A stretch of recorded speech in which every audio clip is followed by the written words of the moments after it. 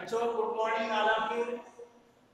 आज मैं आपको नरेशन के इंट्रोडक्टिव टॉपिक पर समझा रहा था, वही आज मैं फिर से रिपीट कर रहा हूँ। इसमें इंट्रोगेटिव सेंटेंस में वो सेंटेंस आते हैं जिसमें प्रश्न पूछे जाने का भाव व्यक्त होता है। इट मींस रिपोर्टेड स्पीच जो होता है वो हेल्पिंग वर्ब से शुरू होता है या क्वेश्चन वर्ब से शुरू होता है, इसीलिए इसको इंट्रोगेटिव कहते हैं। इसमें जो फर्स्ट इसका रिपोर्टिंग वर्ब का रूल है वो मैंने यहाँ पे लिखा है, से, change of, ask, says, ask, said, asked, said to, asked are inquired। इसमें भी इंक्वायर लिख सकते हैं। इसके लिए आपको ये सोचना नहीं है कि नहीं इंक्वायर लिख देंगे तो गलत हो जाएगा, इसमें भी आप इंक्वायर लिख सकते हैं। ठीक है sir, nice to you. Second rule मैंने पढ़ाया है conjunction word if whether used between reporting verb and reported speech. Conjunction word if और वेदर का प्रयोग रिपोर्टिंग वर्ब और रिपोर्टेड स्पीच के बीच में प्रयोग होता है। तो इसमें मैंने ये भी क्लियर कर दिया यहाँ पर इफ का यूज कहां पर होता है, when reported speech begin helping verb. जब रिपोर्टेड स्पीच हेल्पिंग वर्ब से शुरू होती है तो इफ का प्रयोग करते हैं। वेदर का प्रयोग कहां पर होता है, whether uses when option is given between two object. जब दो ऑब्जेक्ट के बीच में कोई ऑप्शन दिया हो या ऑप्शनल दिया हो, चॉइस दी हो, तो वहां पर वेदर का प्रयोग करते हैं। Question word is used as conjunction word.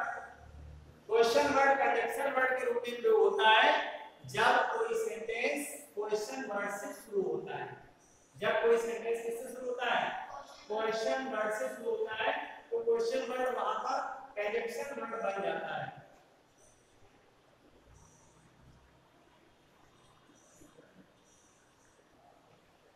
When reported speech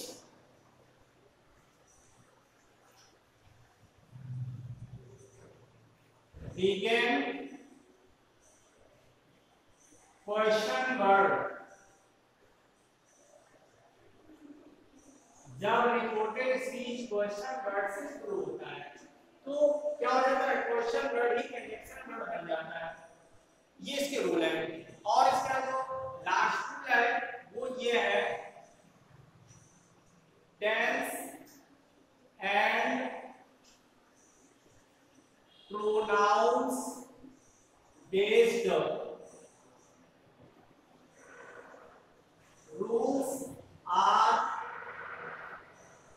followed as in assertive sentence। जैसा कि assertive sentence में प्रोनाउन और टेंस के रूल थे वैसे इसमें भी रहते हैं। इसमें कोई दूसरा रूल नहीं आ जाएगा, ये ध्यान रखना है। ये जनरल रूल आप इंट्रोगेटिव या इंट्रोगेटिव में डायरेक्ट से इनडायरेक्ट में चेंज करने के नियम थे। सर समझ में आ गए होंगे। टेंस बेस्ड, प्रोनाउन बेस्ड जितने भी रूल हैं वो असर्टिव सेंटेंस के अनुसार प्रयोग किए जाएंगे। इसके एग्जांपल के रूप में देख लें, समझ लें। अगर इसमें भी प्रॉब्लम हो तो आप को मैं फिर से एग्जांपल बताऊंगा। जैसे यहाँ पे कोई भी सेंटेंस दिया गया है, he says to me,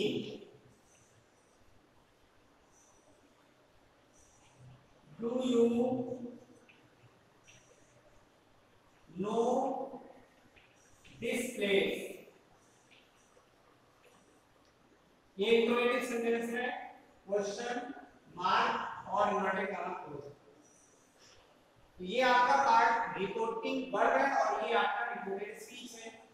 it is note to all.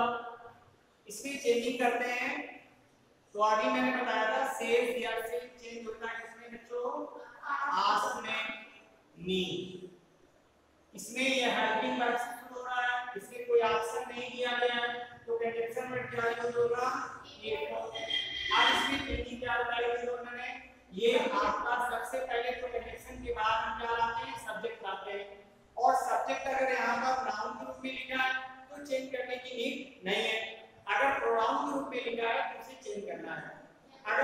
Person pronoun लिखा है तो according to subject of reporting verb, अगर सेकंड पर्सन प्रोनाउन लिखा है तो according to object of reporting verb, यानी रिपोर्टिंग वर्ब के ऑब्जेक्ट के अनुसार चेंज करेंगे। तो यहाँ पर हमने रिपोर्टिंग वर्ब के ऑब्जेक्ट के अनुसार चेंज किया, ये आपका ऑब्जेक्टिव केस है और यही नॉमिनेटिव केस में आएगा। तो क्या बनेगा बच्चों, आई बनेगा ना। अब प्रश्न ये उठ रहा है कि हमारा एक रूल मैंने पढ़ाया था, शायद याद हो, रिपोर्टिंग वर्ब यदि हमारा प्रेजेंट टेंस में है या फ्यूचर टेंस में है तो रिपोर्टेड स्पीच का टेंस चेंज नहीं होता है। तो आइए फाइंड आउट कर लेते हैं क्या ये प्रेजेंट टेंस में है। श्योर सर्टेन ये प्रेजेंट इंडिफिनिट टेंस में है।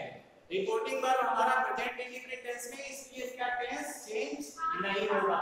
अर्थात प्रेजेंट इंडिफिनिट टेंस में है तो प्रेजेंट इंडिफिनिट टेंस में ही रहेगा, इसे पास्ट टेंस में नहीं चेंज करेंगे क्योंकि रिपोर्टिंग वर्ब हमारा प्रेजेंट इंडिफिनिट टेंस है।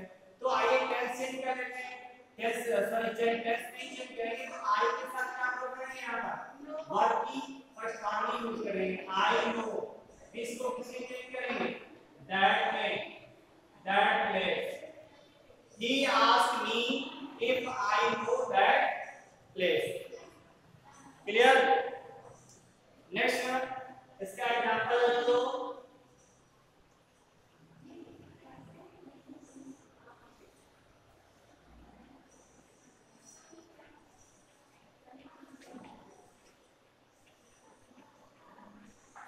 Ravi will say, have you finished his work।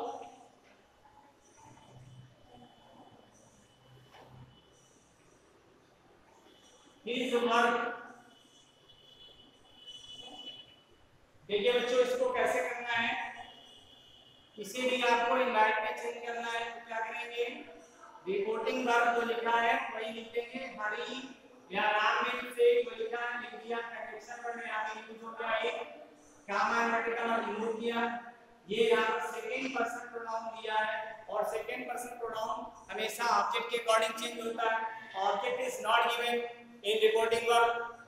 So how can you change this pronoun, ये प्रोनाउन कैसे चेंज करेंगे, कर सकते हैं, कर सकते हैं, कर सकते हैं कैसे, यहाँ पर हम ऑब्जेक्ट मानेंगे, ऑब्जेक्ट जब मानेंगे तो उसी के अकॉर्डिंग हम इसको चेंज करेंगे।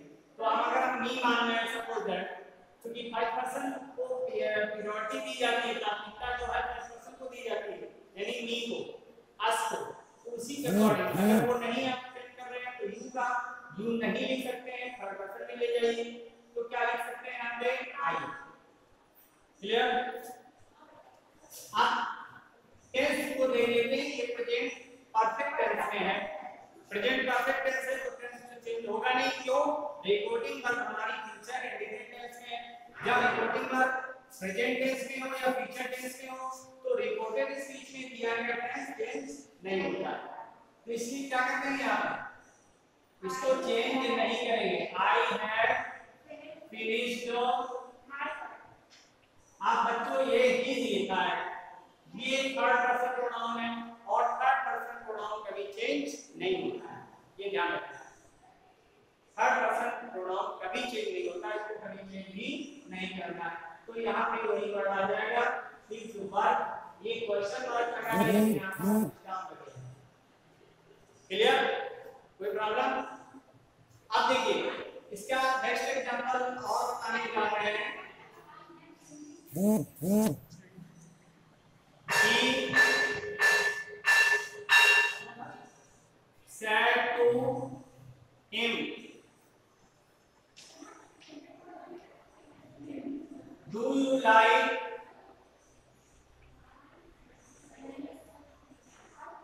to play hockey or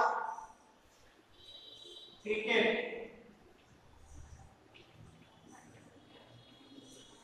बच्चों इसको देखिए क्या लिखा हुआ है, he said to him, उसने उससे कहा, क्या कहा, do you like to play hockey or cricket, क्या आप क्रिकेट अथवा हॉकी पसंद करते हैं। तो इसमें he asked him, इसमें कंजंक्शन वर्ड चेंज हो जाएगा, क्या लिखेंगे? पैटर्न।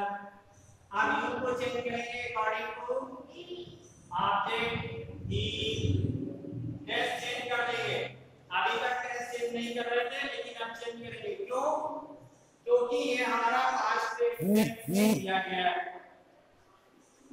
समझ गया? रिपोर्टिंग वर्ब किसमें दिया गया है? पास्ट टेंस में। जब रिपोर्टिंग वर्ब पास्ट टेंस में हो तो टेंस चेंज होगा, रिपोर्टिंग वर्ब प्रेजेंट टेंस में हो, फ्यूचर टेंस में हो तो टेंस चेंज नहीं होगा। तो यहां पे लिखेंगे like, he like to play, पूरा वही हो जाएगा। ओके, बात समझ में आ गई? अब क्वेश्चन वर्ड से सेंटेंस बनाएंगे तो कैसे बनाएंगे इसके बारे में थोड़ा सा देखिए।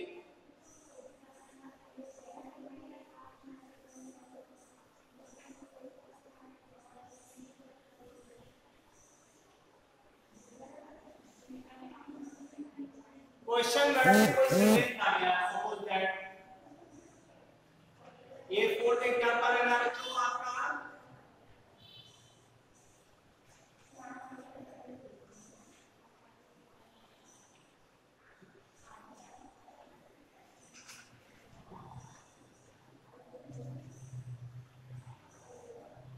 Where do you live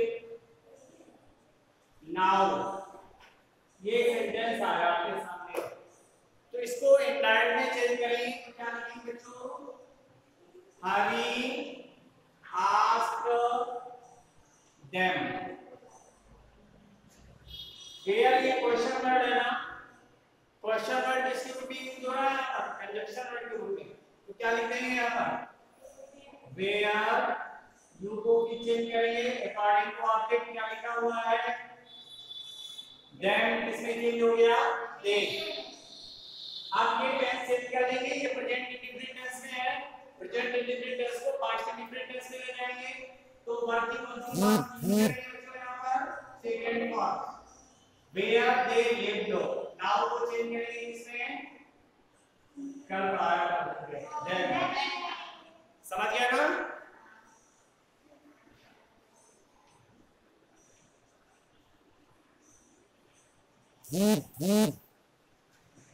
She said to her mother,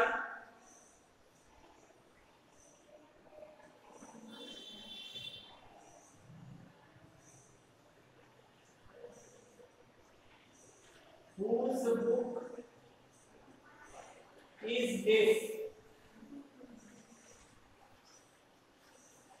इसको चेंज करिए तो बच्चों सेम प्रोसेस है। She asked her mother, whose book is this? ये पुस्तक किसकी है? बोलिए ये सेंटेंस कैसे चेंज करेंगे? whose book is this? इसमें कोई चेंजमेंट होगी बच्चों?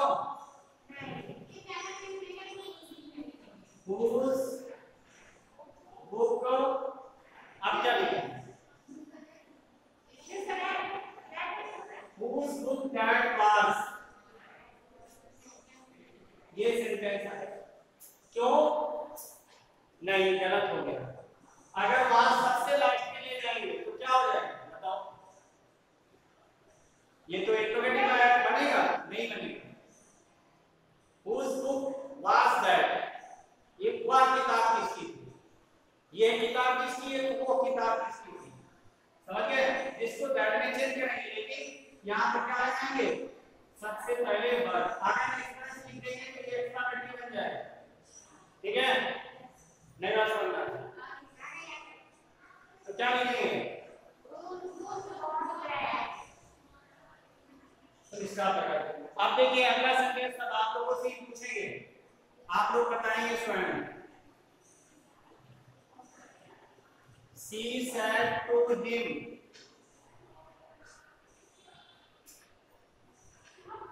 what is your name? इसको आपको स्वयं बताना है। चलिए चेंज करिए इसको, तो यहाँ पे आ जाएगा सी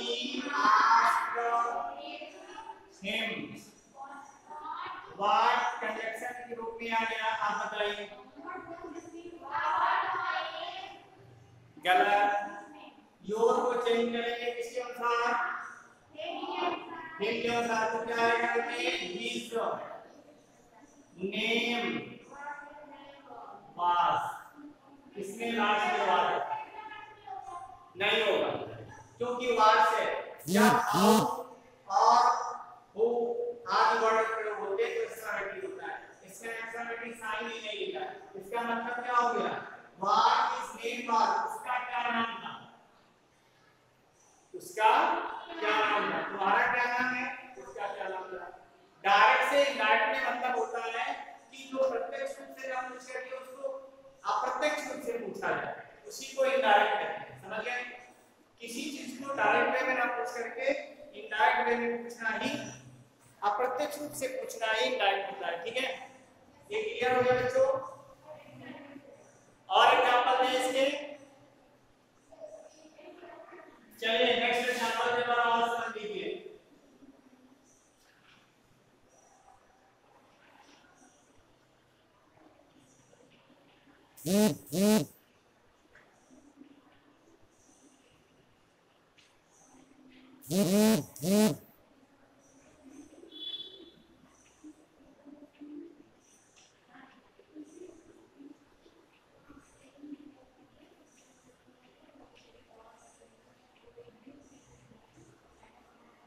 देखिए बच्चों, ये सेंटेंस आया, he said to us how can you help me in my need, आप मेरी जरूरत में कैसे मदद कर सकते हैं। किसने कहा, उसने हमसे कहा। तो ऐसे सेंटेंस में भी वही सेम प्रोसेस रहेगा। क्या लिखेंगे, he asked us,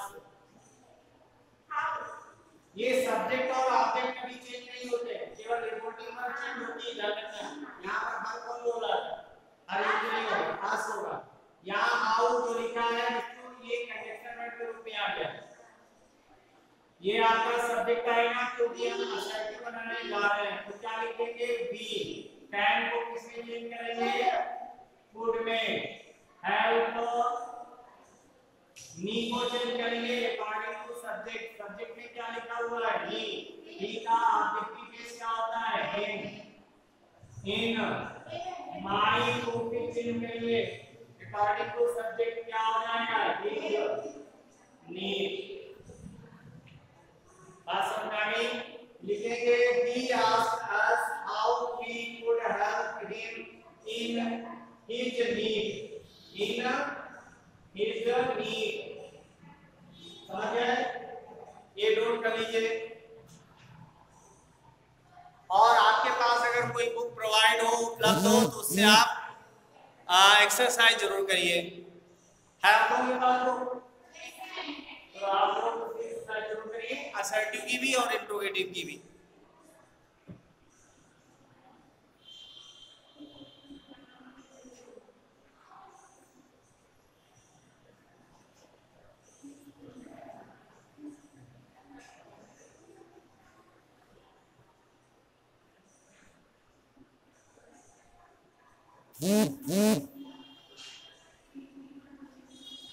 कुछ बच्चों इस प्रकार से सेंटेंस आ जाते हैं जो हमें बहुत ही डाउट कर देते हैं। ऐसे सेंटेंसों को हम कैसे लिखते हैं, सपोज दैट एक सेंटेंस इस तरह से आ गया, लिखा हुआ, the leader said to the people,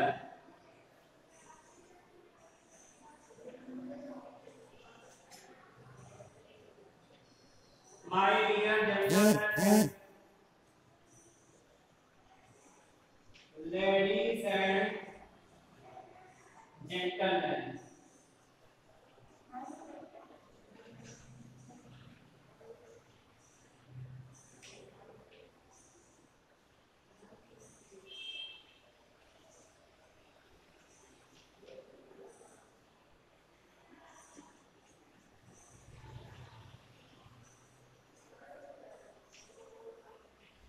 देखिए बच्चों, ये सेंटेंस सपोज दैट आ गया लिख करके, तो आप लोग क्या करेंगे,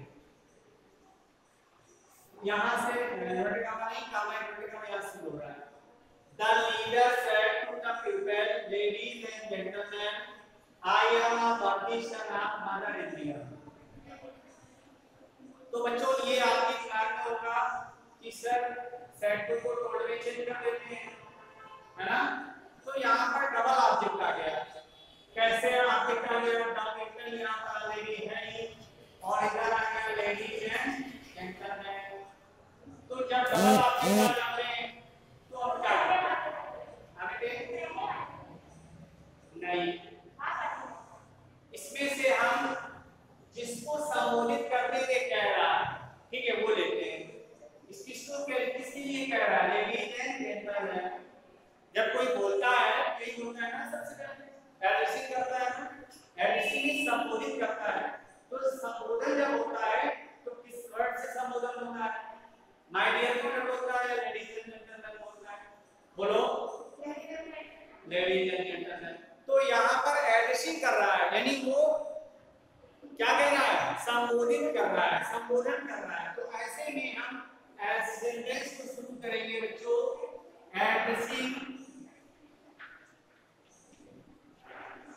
एज लेडीज एंड जेंटलमैन।